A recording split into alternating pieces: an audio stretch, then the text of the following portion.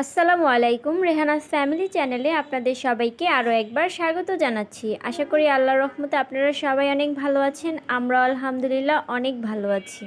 অনেক দিন পর আমি এমন একটা ভিডিও নিয়ে এসেছি। আসলে আমি বাসায় একা, তো আমার একদমই ভিডিও করতে ইচ্ছা করে না। আসলে যে ভিডিও করার যে এনার্জিটা, ওই এনার্জিটাই আমি আর পাচ্ছি না। এজন্য আমার আসলে ভিডিও দিতেও ইচ্ছা করতেছে না। এর আগে একটা ভিডিওই করতে পারতাম, কিন্তু আমি কয়েকটা ভিডিও বানিয়ে আপনাদের সাথে শেয়ার করেছিলাম।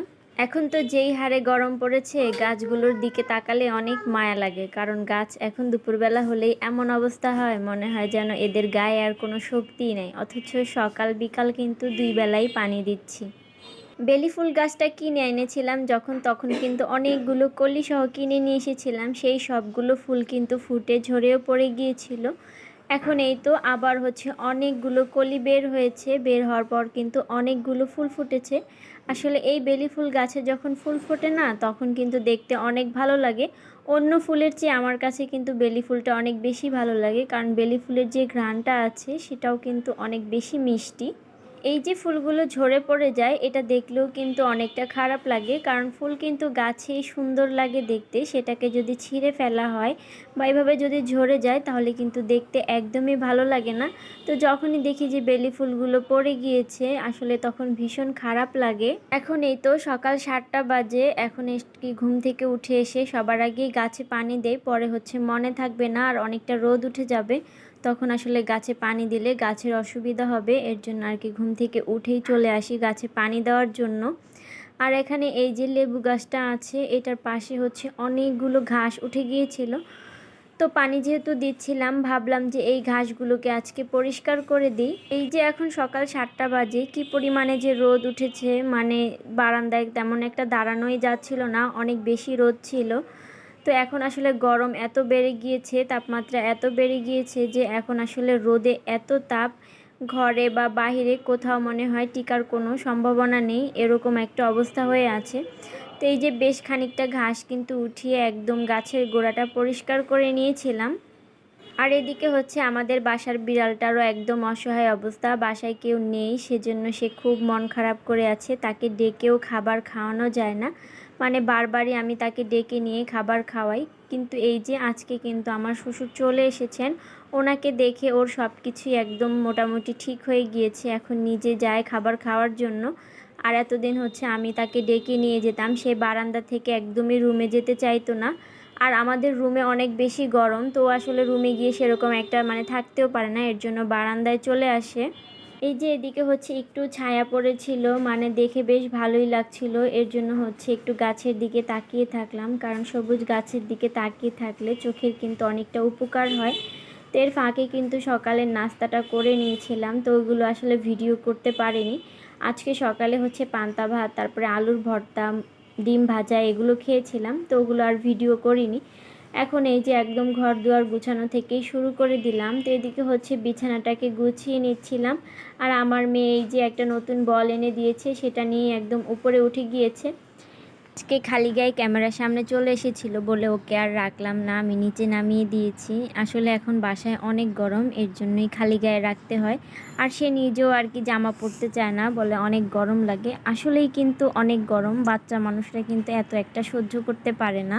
আমি কিন্তু সব কিছু পরিষ্কার করে তারপরে ঘর মুছে এখন কিন্তু রান্না করতে চলে এসেছি। এখন যেহেতু বাসায় কেউ নেই, এর জন্য আমি সব কাজ একদম একসাথে করেই তারপরে আর কি ফোনটা নিয়ে বসি আপনাদের সবার ভিডিও দেখার জন্য।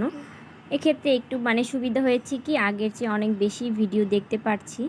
আবার আমার শাশুড়ি মা যেহেতু গ্রামের বাড়িতে গিয়েছেন, দেখা গিয়েছে কি একজনের একটা ভিডিও দুইবার দেখা হয়ে গিয়েছে। আমিও দেখেছি, উনিও দেখে ফেলেছে, মানে আসলে কাছাকাছি নেই, তো এর জন্য বোঝা যাচ্ছে না। অনেক সময় আপনারা ভাবেন কি যে আমরা অনেকে লাইক দেই না, আসলে লাইকটা তো দিয়েই দেখি, ইউটিউব থেকে সম্ভবত সেটাকে সরিয়ে দেয়। তো আমি আর কি লাইকটা দিয়েই দেখি, ওনাকে বলে দিয়েছি যে আম্মু ভিডিও দেখার আগে লাইকটা দিয়ে, মানে লাইকটা চেক করে তারপরে আর কি দেখবেন। তেমন কিন্তু শিশির আপুর ভিডিওতে হয়েছে যে ওনার ভিডিওটা আমরা দুইবার দুইজনেই দেখে ফেলেছিলাম। তারপরে শুভ ভাইয়ার ভিডিওটাও, একটা ভিডিও আর কি দুইবার দেখে ফেলেছিলাম। তারপরে প্রিন্স হৃদয় ভাইয়ার ভিডিওটাও দুইবার দেখা হয়ে গিয়েছে, মানে একটা ভিডিওই দুইবার করে ওয়াচ করা হয়ে গিয়েছে। তো যাই হোক, ওটা কোনো ব্যাপার না। অনেকে তো আসলে বলে যে ভিডিওটা একবার ফুল ওয়াচ করে দিতে, আর আমাদের আর কি 2 বার ফুল ওয়াচ করা হয়ে গিয়েছে।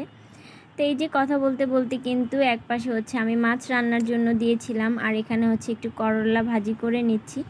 গরমের মধ্যে কিন্তু করলা ভাজিটা অনেক ভালো লাগে, এর জন্যই আর কি আজকে করা। তো এই করলা ভাজি করতে গিয়ে পেঁয়াজগুলোকে যে কয়বার নামিয়েছিলাম তার কোনো হিসাব নেই। কারণ এই হুমায়রা কান্না করে, ওর কাছে যাই আবার বলে কোলে উঠবে। তো আমি যেহেতু ভিডিও করছিলাম, চাইছিলাম যে ওকে রেখে তারপরে আর কি ভিডিও শ্যুটটা করব, না হলে তো 2টার একটাও করতে পারবো না। ও কোলে থাকলে দেখা যাবে যে ভালো করে ক্যামেরাটা অন করতে পারবো না। তো একবার ওকে কোলে নিতে আবার রাখতে রাখতে আমার আর কি পেঁয়াজটাকে 2-3 বার নিচে নামিয়ে রাখতে হয়েছে। পরে এসে আর কি করলাটা দিয়েছিলাম। তো এখানে এই যে মাছ রান্না করব, এর জন্য কিন্তু পেঁয়াজটাকে ভালো করে ভেজে নিয়েছিলাম, আর এখন হচ্ছে হলুদ মরিচ তারপরে হচ্ছে লবণটা দিয়ে দিচ্ছি। রোজা তো চলে গিয়েছে, তবে একটা সমস্যা হয়ে গিয়েছে যে সকালে যে একটু বেশিক্ষণ ঘুমাতাম সেই অভ্যাসটা কিন্তু রয়ে গিয়েছে, মানে যেতেই চাচ্ছে না। এখন একদম সকালবেলা ঘুম থেকে উঠতে কিন্তু অনেকটা কষ্ট লাগে, মানে একদম উঠতেই ইচ্ছা করে না। তারপরও কি করার, এখন যেহেতু সকালবেলার নাস্তা খেতে হয় তো তাড়াতাড়ি তো উঠতেই হয়, এর জন্যই আর কি এখন একদম মানে কেমন যেন লাগে। একটা কাজ কিন্তু অনেক দিন পর্যন্ত একরকম চলতে থাকলে পরে যখন অন্য রকম চলে তখন কিন্তু ভালো লাগে না। তো প্রথম যখন রমজানটা শুরু হবে তখন মনে হয়েছিল যে আহা বিকালবেলা এত কাজ কেমন করে করব। এখন আবার দেখা যায় যে বিকালবেলা একদম ফ্রি, কারণ কাজগুলো তো সকালবেলাই করা হয়ে যায়। আর আমি চেষ্টা করি সকালবেলায় রান্নাটা করে ফেলতে, কারণ বাসা তো এত গরম হয়ে যায়, তার ওপর যদি আবার চুলাটা অনেকক্ষণ জ্বলে তখন কিন্তু রুমগুলো আরও বেশি গরম হয়ে থাকে। তো এর জন্য আমি সবসময় চেষ্টা করি তাড়াতাড়ি রান্নাটা করে ফেলতে। আপনারা যারা যারা এ পর্যন্ত আমার ভিডিওটি দেখছেন তারা যদি লাইক দিতে ভুলে গিয়ে থাকেন চাইলে কিন্তু লাইকটা দিয়ে নিতে পারেন। আর যারা যারা আমার চ্যানেলে আজকে নতুন ভিজিট করছেন তারা কিন্তু চাইলে আমার চ্যানেলটিকে সাবস্ক্রাইব করে পাশে থেকে যেতে পারেন। আমার এই ভিডিওটিও বেশ কয়েকদিন আগের, আসলে আজকের ভিডিওটি কোনো মতেই আমি 10 মিনিট করতে পারছিলাম না। ইউটিউবে একটু বড় ভিডিও দিলেই ভালো হয়, কারণ ছোট ভিডিওগুলো দিলে ওয়াচ টাইমটা একদমই আসতে চায় না।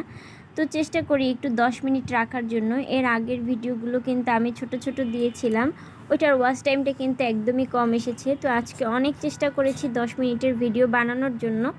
তো এই ভিডিওটা যেহেতু আমার আগের ছিল, ভাবলাম আজকে আপনাদের সাথে শেয়ার করে ফেলি। আমি কখনো মেট্রো রেলে উঠিনি, তো এটাই ছিল প্রথমবার। একটু বাইরে গিয়েছিলাম, তো এই যে রাতের পরিবেশটাও কিন্তু বেশ ভালোই ছিল। এই ভিডিওটা সম্ভবত একটু রোজার মধ্যের ভিডিও আর কি, মানে সন্ধ্যা রাতের যে ভিডিওটা সেটাই এটা। তো রাস্তাঘাট কিন্তু তখনও বেশ ফাঁকাই ছিল, কারণ ঈদটা প্রায় সামনেই ছিল, এর জন্য। রাস্তাঘাট যদি এমন ফাঁকা থাকে তখন কত ভালো লাগে, তাই না? এই যে ঈদটা গেল রাস্তাঘাট এত ফাঁকা ছিল।